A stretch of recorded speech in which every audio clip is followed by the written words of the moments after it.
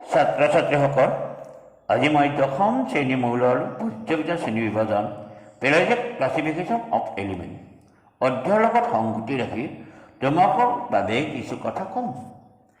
বিজ্ঞানৰ কিছু সৰু সৰু কথা কেনেকৈ মনত ৰাখিব পাৰি তাক ধেমালি চলালে তথা গল্পৰ জৰিয়তে অৱতাৰণা কৰিবলৈ মই চেষ্টা কৰিম। চোৱাচোন, এইজোপা লেহুকা গছৰ পুলিজোপাৰ এইডাল ঠেকা দিছোঁ। ঠেকাডাল সোজোপা পৈণত গছৰ পৰা উভালি আনি ইয়াত পুতি দিছোঁ। এতিয়া এইজোপা গছ লেহুকা আছিল, বতাহত লৰচৰ কৰি আছিল, হালি গৈছিল, থিয় দি থাকিব পৰা নাছিল। কিন্তু আজি এইজোপা গছ পৈণত তথা শক্তিশালী গছ হ'ল। গছজোপা ঠেকা সহায় নোহোৱাকৈ থিয় দি থাকিব পৰা হ'ল। মই ঠেকাডাল এই পৈণত গছজোপাৰ পৰা উভালি আনি আকৌ এইজোপা লেহুকা গছত পুতি দিছোঁ। যেতিয়া এইজোপা গছ পৰিণত হ'ব, মই ঠেকাডাল আকৌ অন্য এজোপা লেহুকা গছলৈ লৈ গৈ পুতি দিম। এই ঠেকাডালৰ সহায়ত এইদৰে এজোপাৰ পিছত এজোপা পৈণত গছ কৰিবলৈ মই চেষ্টা কৰিম। ঠিক তেনেদৰে আমাৰ মৰমৰ ছাত্ৰ ছাত্ৰীসকলৰ মাজত কম সংখ্যক কিছু ছাত্ৰ ছাত্ৰী দুৰ্বল থাকিব পাৰে। তেওঁলোকে বিজ্ঞানৰ কিছু কথা মুখস্থ তথা আয়ত্ত কৰিবলৈ টান পাব পাৰে। তেনে ছাত্ৰ ছাত্ৰীসকলৰ বাবে মই মোৰ ভিডিঅ'ৰ জৰিয়তে বিজ্ঞানৰ কিছু কথা আয়ত্ত কৰা তথা মনত ৰখা সহজ উপায় অৱতাৰণা কৰিবলৈ মই চেষ্টা কৰিম। মোৰ ভিডিঅ' যদি ছাত্ৰ ছাত্ৰীসকলৰ বাবে লাভান্বিত হয়, তেনেহ'লে মই উৎসাহিত হ'ম। আগলৈ এনেধৰণৰ বিজ্ঞান বিষয়ক ভিত্তিক ভিডিঅ' তোমালোকৰ বাবে মই পঠিয়াই থাকিম। মোৰ ঠিকাদাৰে যদি তোমালোকৰ পৈণত আৰু ভাল ছাত্ৰ ছাত্ৰী হোৱাত সহায় কৰে, তেনেহ'লে মই আকৌ নতুন ঠেকা তোমালোকৰ বাবে পঠিয়াম। তোমালোকৰ আগ্ৰহী হোৱা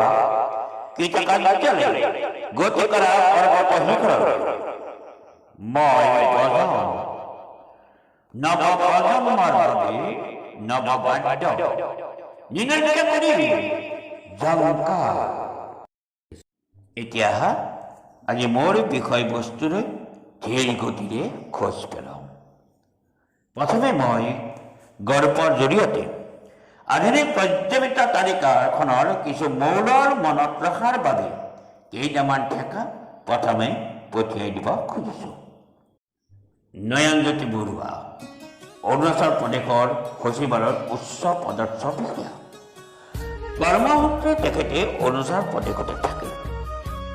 তেখেতৰ পত্নী মনাশ্ৰী দাস বৰুৱা, ৰাৰা প্ৰাঞ্জল প্ৰতিম বৰুৱা আৰু 12 বছৰীয়া শিল্পী শিখা বৰুৱা গুৱাহাটীৰ হেঙেৰাবাৰীত থাকে। নয়নজ্যোতি বৰুৱাই এই জুলাই মাহৰ এদিন ঘৰলৈ বন্ধ হ'ল।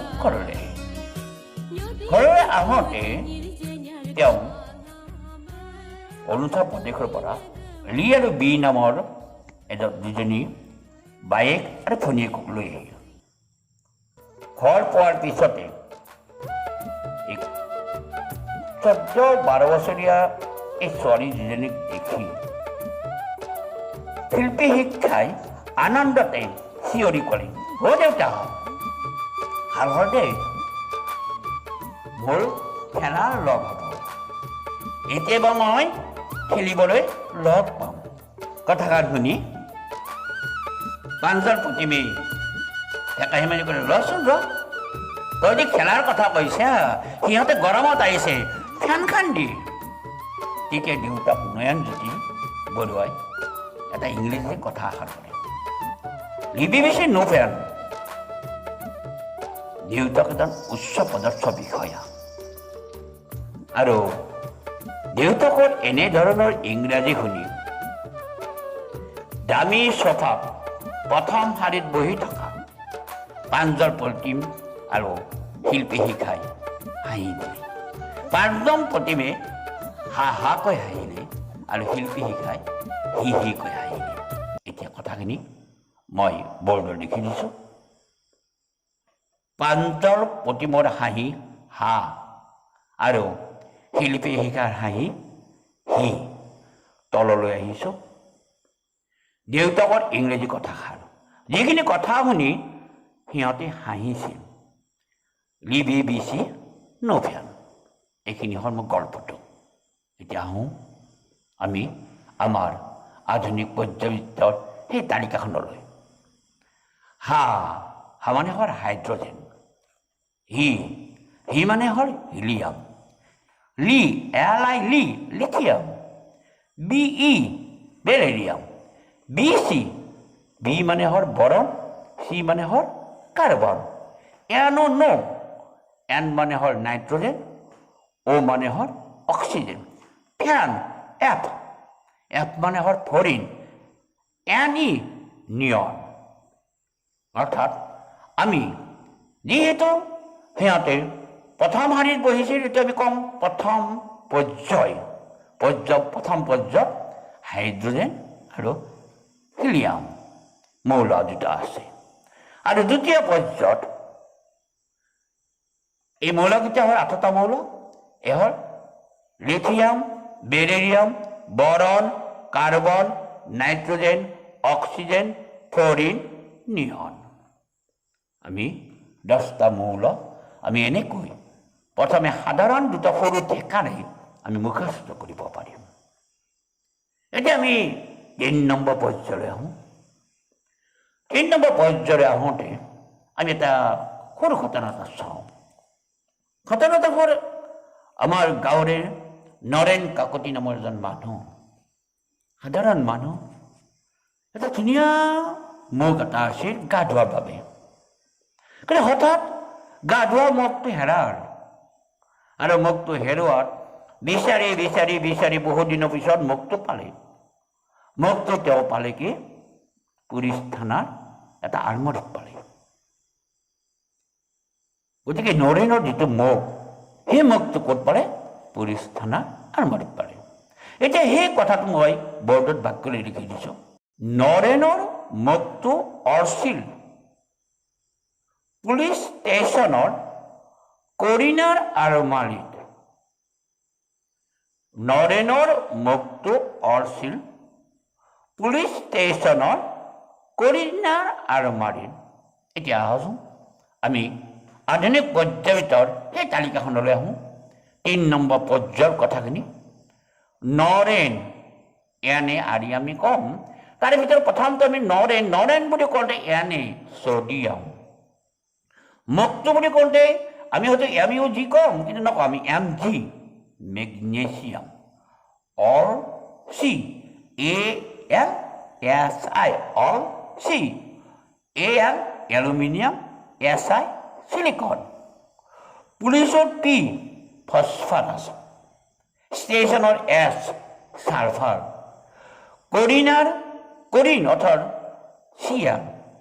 আলমাৰীত আৰ্গন। অৰ্থাৎ আমি কি কৰোঁ, তৃতীয় পৰ্যায়ৰ আমি আকৌ 8টা মৌল আমি এনেকৈ মনত ৰাখিব পাৰিম। কি sodium, magnesium, aluminium, silicon, phosphorus, sulphur, chlorine, argon. এনেদৰে আমি মুখস্থ ৰাখিব পাৰিম। এতিয়া কথা হ'ল, কোনোবা ক'ব পাৰে যে এইকেইটা মুখস্থ ৰাখিলে কি হ'ব? কিন্তু কথা হ'ল আমি 10ম শ্ৰেণীলৈ এইকেইটা মৌল মুখস্থ ৰাখিলে আমি সাধাৰণভাৱে আমি কিছুমান কাম কৰি যাব পাৰিম বা পঢ়িব পাৰিম। আমি সহজে কিছুমান সমস্যা সমাধান কৰিব পাৰিম। কাৰণ এইকেইটা জানিলে আমি কি হ'ম? পকি যাম। কি কৰোঁ? পকি যাম। অৰ্থাৎ প মানে হ'ল আমি তললৈ আহিছোঁ 4 অৰ্থাৎ 4 নম্বৰ পৰ্যায়লৈ। পকে মানে হ'ল পটেছিয়াম, কে মানে হ'ল কেলছিয়াম। মই বৰ্ডত লিখি দিছোঁ। প মানে হ'ল পটেছিয়াম, কে মানে হ'ল কেলছিয়াম। অৰ্থাৎ যদি আমি এই 20টা মৌল সাধাৰণভাৱে জানো, তেতিয়াহ'লে আমি এনেকৈ আমি কি কৰিব পাৰোঁ? আমি মৌলবিলাকৰ বিষয়ে কিছুদিন আমি ঢাকাদাৰ ব্যৱহাৰ কৰি থাকোঁ। দেখিবা এদিন আমি পৰিণত হ'ম আৰু পৰিণত হোৱাৰ লগে লগে এই ঠেকাৰকেইটা এই চাৰিটা ঠেকা আমি কি কৰিম আন এজনলৈ কি দিম তেতিয়া আমাক ঠেকা নালাগে আমি তেতিয়া পৰিণত হৈ পৰিম যেতিয়ালৈকে আমি পৰিণত নহওঁ অৰ্থাৎ গছৰ পুলিটোৰ কথালৈ আহোঁ সেই গছৰ পুলিটো চোৱা এতিয়ালৈ পৰিণত হোৱা নাই বা ঠেকাদাৰ গুচাই দিয়া নাই কিন্তু এদিন গুচাই দিম কিদিনাই যিদিনাই এই গছডাল পৰিণত হ'ব সেইদিনাই মই তোমালোকক দেখুৱাম মই ভিডিঅ'ত দেখুৱাম যে মই গছডাল পৰা ঠেকাদাৰ উঠাই আনিছোঁ ঠিক তোমালোকৰো সেইদিনলৈকে ঠেকাদাৰ থাকক যিদিনালৈকে তুমি এই 20টা মূলৰ বিষয়ে জানিবা তেতিয়া তোমালোকে জানিবা হয়তো আমি আৰু কিছুদিন পিছত হয়তো কৈ দিম যে মই কেনেকৈ প্ৰথম বৰ্গত থকা মূলবিলাক আমি কেনেকৈ মুখস্থ কৰিম তেনেকৈ আমি এইটো হাই লিনা এনেকৈ আমি আৰু আনি দিম মই ক'ম হাই হাই মানে হাইড্ৰজেন লিনা এলাই লিনা মই আৰু বাকীখিনি ক'ম পিছত এনেকৈ মই আৰু কিছুমান ভিডিঅ' সৰু সৰু ভিডিঅ' মই তোমালোকক লৈ আহিম যে আমি ধৰা ফিজিক্সৰ আমি তেনেকৈ কওঁ এজনী মই সৰু কথা এটা কৈছোঁ পিছত মই আকৌ আলোচনা কৰিম এজনী সৰু ছোৱালী মাকক মাতি দি মাও আৰু মাকে ৰান্ধি দি ঘৰৰ ভিতৰৰ পৰাই ছোৱালীজনী মাতটো নি এটা সুন্দৰভাৱে হাও মই বৰ্ডত লিখিছোঁ ছোৱালীজনী মাকক মাতি দিয়ে মা অ আৰু মাকে কৈছে কি হাও মই বৰ্ডত লিখিছোঁ মা কাৰণ এইখিনি কথাত কি হয় আমি কেতিয়াবা দেখা পাওঁ চাবাচোন মা মানে হ'ল মায়োপিয়া মানে হ'ল অৱতল লেন্স হাও মানে হ'ল হাইপাৰ মেট্ৰপিয়া আৰু মানে হ'ল উত্তৰ লেন্স কেতিয়াবা আমি বেছিভাগ সৰু দুৰ্বল ছাত্ৰ ছাত্ৰীসকলক দেখা পাওঁ যে আমি কেতিয়াবা প্ৰশ্ন সোধোঁ নহয় মায়োপিয়াত কি লেন্স ব্যৱহাৰ কৰা হয় ছবিটো লিখি দিয়ে উত্তৰ লেন্স অলপ উল্টো হৈ থাকে উল্টি যায় কিন্তু যদি ল'ৰাজনে বা ছাত্ৰজনে যদি মুখস্থ ৰাখে বা ছাত্ৰীজনে মুখস্থ ৰাখে